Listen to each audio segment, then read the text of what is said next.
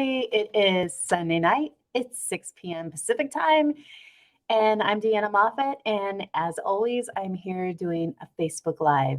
I have to say, I am not feeling great, and but I feel okay to be here. Uh, I had some plans that I was like, I don't think I should go. I'm not feeling well. But fortunately, no one is here in my home. So if I'm not feeling great, I am not affecting anyone. But I have a fun topic I wanted to talk to everybody tonight. First of all, I hope you had a great weekend. I hope, what I hope? I hope your mind is settling. I have some really fun and exciting things coming up for me. And I hope you feel the same. I know it's been lots of in and out kind of energy for a lot of people. But tonight's topic is all about how does improv improve your presence. And part of the reason why I want to talk about it tonight is because on Wednesday, I'm doing a Moffitt Talks Live, which is a whole hour. We're going to talk about and actually work on using improv fundamentals to improve our presence. Now, first of all, you might not know who in the heck I am. When it comes to this, I grew up, in Portland, Oregon, high school. I started going, I kind of dabbled around in college. I flunked around. I didn't actually get to where I wanted to go with college. Started working, and I had so many jobs, right? So it started out hawking fried chicken, fast food fried chicken. I went and worked at a bank. I became an operations officer at the bank. I started working in insurance, became a clerk, went into training. Then I worked my way up into a project manager, then a senior IT project manager. And then I realized, boy, this is a track I don't want to be on. A friend of mine had told me about a show, and he said, I really think you should go see this. I think you'd be great at doing it. I had no idea what he was talking about. And so I went and saw a show, and my mind was blown. And I was like, oh my gosh, it was improv, short form improv. I had missed all of that in college, and the college that I went to, I'd never experienced it, but it's just like so many adults on stage having a blast. So I immediately called up a friend of mine and I said, hey, I want to take an improv class. Are you interested in doing this with me? And she said, yeah, sure. So signed up for these classes, and I still remember that first class. I was so alive with energy. And on the way home, I was telling her, I am going to be performing with them in 6 months. And she just started laughing. She said, Deanna, that's not how it works. We got to go through all these classes and you have to work through all this. And I go, I know, but I just feel like I'm going to be performing with them. And sure enough, 6 months came around, and almost to the day, it was February 14th. And short form improv is when you create a show using games. It's kind of like Whose Line Is It Anyway, if you've ever seen that show. And they wanted to have a men versus women show, and they didn't have enough women to perform. And they asked me if I would come join them. And that started me off. And I was still working full time. But I have to say that the very beginning phases of improv completely changed the trajectory of my life. I still say to this day that I think everyone should take an improv class because it teaches you such great lessons. Lessons like, how do you really listen to other people? How do you value their ideas? How do you really stay in the moment and fully listen to what is happening around you and build upon ideas instead of tearing ideas down? Imagine if we were all living with that kind of framework to be in. So these are some of the things that I found out for myself, how improv really helped my presence. So one of the things when you're, creating a show without a script is you have to fully be in the moment and listening. Because if the audience catches something that you don't, like you're in your head and you're trying to figure something out, and your peer performers are saying something and you're just really in your head thinking, oh, what's the next funny line I'm going to say? But the audience catches everything and you don't, and you miss the line, you miss the entry, you kind of look like the dum-dum. So being able to stay in the moment and really listen to what's happening to you is where all the magic is. And that is truly the power of presence as well. I had the great opportunity to practice in front of hundreds of people on a weekly basis how to stay present in the moment while me and my peers were creating shows without a script. And I think what's really funny is oftentimes people will ask me, well, oh my gosh, Deanna, wasn't that scary? But I think we live life without a script. I mean, none of us have a script on what is going to happen to us. Certainly none of us had a script around the pandemic. None of us have a script around often losing our jobs, relationships ending. We don't know how our life is going to unfold. But oftentimes people think they have a script. And that's where we get into problems. Because when you think you have a script and it doesn't unfold the way that you want it to, that's where our suffering begins. And so with improv, that ability to stay in the moment, even when things aren't rolling out the way that you think they should, so that you can react to what's right in front of you, not what you want or think or hope will happen for you. And those are two wildly different things. I think it also helps us when we think about, I talk to a lot of people about this idea of imposter syndrome.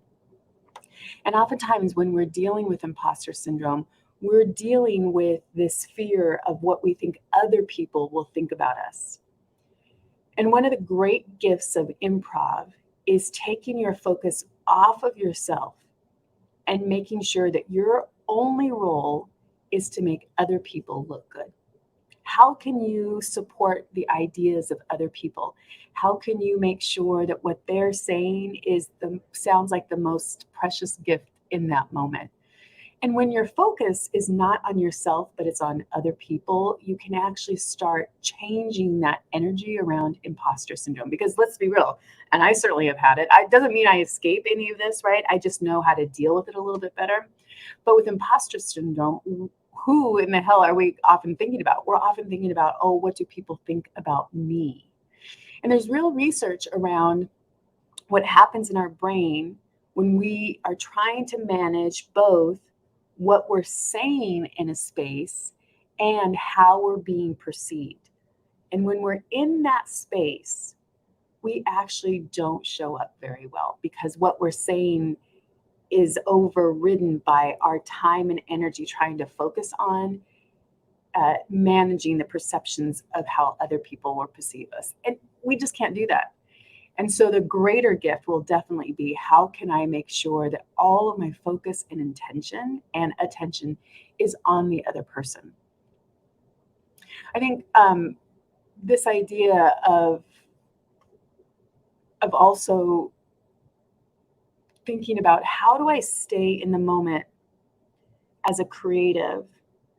I think in the Western culture, we get this idea that, someone who's super creative is just born a little bit differently. We have in a Western culture this idea that the true artist is a little bit separate from the rest of us, that we put them on a pedestal.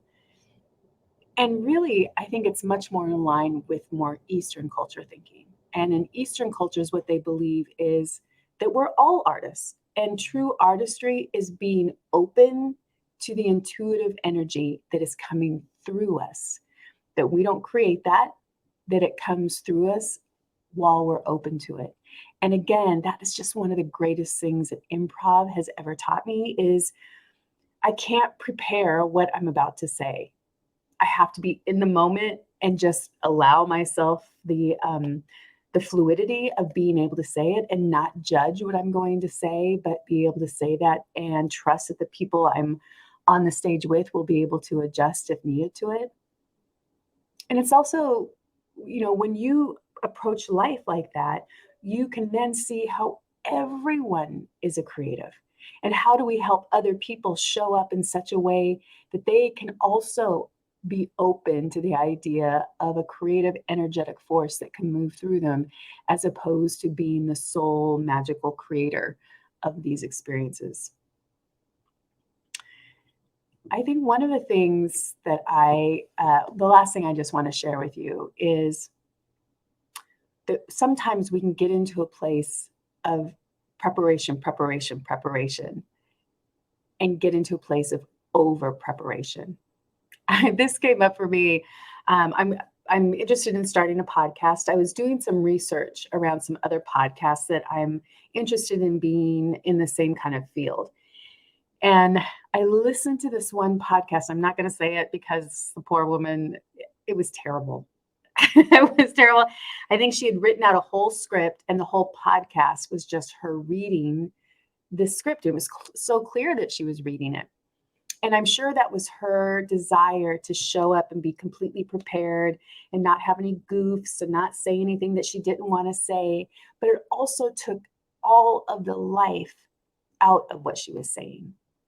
I think there is a real difference if we can put our attention and make our attention more important in the moment than the preparation. And that's not to say that we shouldn't prepare. I mean, listen, if I'm going to a heart surgeon or a cancer doctor, I want to make sure they know what the heck they're doing. I don't want them just, winging it. But I think sometimes even doctors, that if they over prepare and they can't see that there's magic in every moment. I like the idea of preparing 80%. That allows 20% to be magic in the moment. And, I always say when I help people deliver, presentations or create presentations or with storytelling, no one knows what's on your page. They have no idea if you're on script or not on script. But what will help them more is your ability to stay attuned to what is happening right here in this moment, so that you can see either the faces of your audience or feel the energy of your audience, and if need be, change the track of where you're going.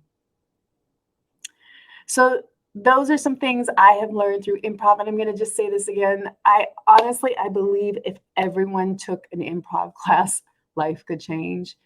If everyone could stay more present to the moments that we're experiencing and not the moments we wish we were experiencing or ruminating on all the things we wish we would have done differently, but truly be right here in this moment, I really do think that life could change incredible for the better for you. And it's hard to practice that, which is why I want to give you some real fun tools and maybe fun games you can actually practice with your family. Maybe you can bring them into your team, your work events. I always say that anytime you take a class, you should kind of be looking at it with two ways. How can I apply this to my life? And how can I apply it to the lives of those around me? So if you're a coach or you're a texter, oh my gosh, hi, Lawrence, how are you? Hi, Michelle. Hi, Graciela. So that whole idea is come in and listen for yourself, but also listen for how you can take this out in the world. Presence is the key for so much. And it's not just that idea of being present to this moment, but it's how can we be better present for the people in our lives, the ones we love so much. If you're a leader or an employee or work with other people, how can you be truly present for them? And lastly, how can you be truly present for yourself? How can you stay in tune to the thoughts, the beliefs, the attitudes that are going on up here so that if need be, you can change them instead of just mind-numbingly running that script in the background and not ever checking it. Presence from head to toe, using all 5 of your senses. And if you can do that, not only can you change your life, but you can change the life of those around you. I mean, heck, maybe even the world. It's a big ask, but you got to start somewhere. Hey guys, again, the Moffitt Talks is on Wednesday. I'll include a link in this below this Facebook Live. I'd love to see you there. Otherwise, have a great Sunday night, and I hope wherever you are, life is good. Bye, everybody.